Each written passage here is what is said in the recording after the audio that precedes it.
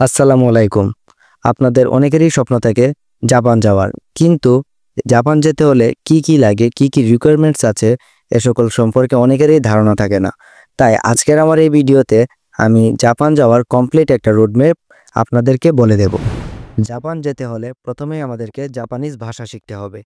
Japanese ভাষার 5টি level থাকে: N1, N2, N3, N4 এবং N5। জাপানিজ ভাষার সবথেকে ইজিয়েস্ট এবং বেসিক লেভেল হলো N5। তার একটু আপার লেভেল হলো N4। আমাদের জাপান যাওয়ার জন্য ন্যূনতম রিকোয়ারমেন্ট হচ্ছে N5 ও N4 লেভেল কমপ্লিট করা। এই দুটি লেভেল কমপ্লিট করলেই আমরা স্টুডেন্ট ভিসা অথবা জব ভিসায় আমরা জাপান যেতে পারবো। এখন প্রশ্ন হলো, এই দুটি লেভেল আমরা কোন কোর্সের মাধ্যমে বা কোথা থেকে আমরা এগুলো কমপ্লিট করব। আপনারা চাইলে সরকারি টিটিসি থেকে এগুলো কমপ্লিট করতে পারেন, কিংবা কোনো প্রাইভেট প্রতিষ্ঠান থেকেও এই কোর্সগুলো কমপ্লিট করতে পারেন।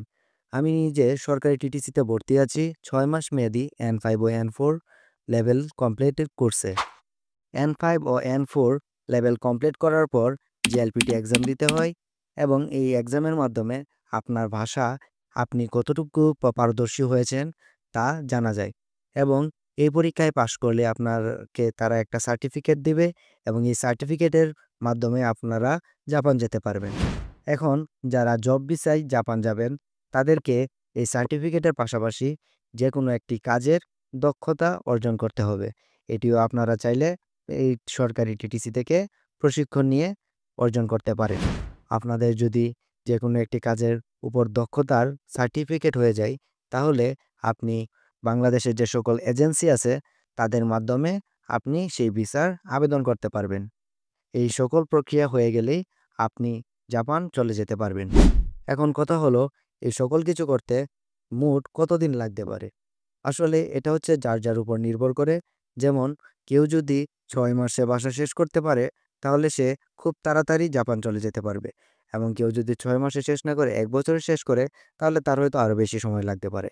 তবে অ্যাভারেজে 1.5 থেকে 2 বছরের মধ্যে কেউ চাইলেই জাপান খুব সহজে চলে যেতে পারবে। এখন পরবর্তী প্রশ্ন হলো, জাপান যেতে মোট কত টাকা খরচ লাগতে পারে। স্টুডেন্ট ভিসায় সাধারণত একটু বেশি টাকা লাগে জব ভিসার তুলনায়। জব ভিসায় চাইলে আরও অনেক কমেই আপনি সরকারিভাবে জাপান যেতে পারবেন।